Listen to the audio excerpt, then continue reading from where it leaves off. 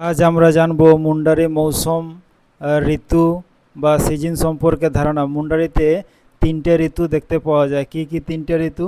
এটা জার্গি, জেটে, রাবাং। তাহলে কি কি ঋতু দেখতে পেলাম মুন্ডারিতে? তিনটে ঋতু, জার্গি, জেটে, রাবাং। জার্গি, জেটে, রাবাং তিনটে ঋতু দেখতে পাওয়া যায়। এবারে যদি দেখি এই ঋতুতে কোন কোন মাস আসছে এবং তার বাংলা ঋতুর সঙ্গে আমরা যদি মিলাই তাহলে কি কি ঋতু মিলছে সেটা আমরা দেখব। যেরকম জার্গি, জার্গি এর বাংলা যদি করি তাহলে দেখব বর্ষা ঋতু, যেটা ইংরেজিতে বলা হচ্ছে রেনি সিজন। এবারে যদি আমরা দেখি জার্গিরতে কোন কোন মাস আসছে, এবারে যদি দেখি তাহলে দেখব জুঙ্কা চাঁডু, জালিকা চাঁডু,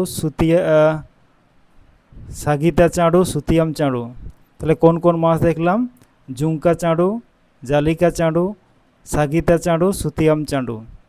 এরপরে দেখব পরেরটা জেটে, যেটা বাংলা করলে দাঁড়াবে গ্রীষ্ম ঋতু। এটাতে কোন কোন মাস আসবে? বা চাঁডু, পিরাইল চাঁডু, জেটে চাঁডু। তাহলে কি দেখলাম? জেটে বা গ্রীষ্ম ঋতুতে, যেটা ইংরেজিতে বলা আছে এরকম সামার সিজন, সেটাতে কোন কোন মাস আসছে না বা চাঁডু, পিরাইল চাঁডু, জেটে চাঁডু।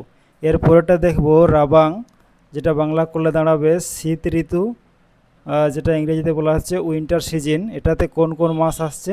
মুন্ডারি মাসগুলো যদি আমরা দেখব ইন্দি, মকসুর, পুষ, মাঘে, ফাগু। এই গেল আজকের মুন্ডারি ঋতুর সম্পর্কে ধারণা। তাহলে মুন্ডারিতে কটা ঋতু দেখতে পেলাম? তিনটে ঋতু। কি কি? জার্গি, জেটে, রাবাং। এই তিনটি ঋতু মুন্ডারিতে দেখতে পাওয়া যায়।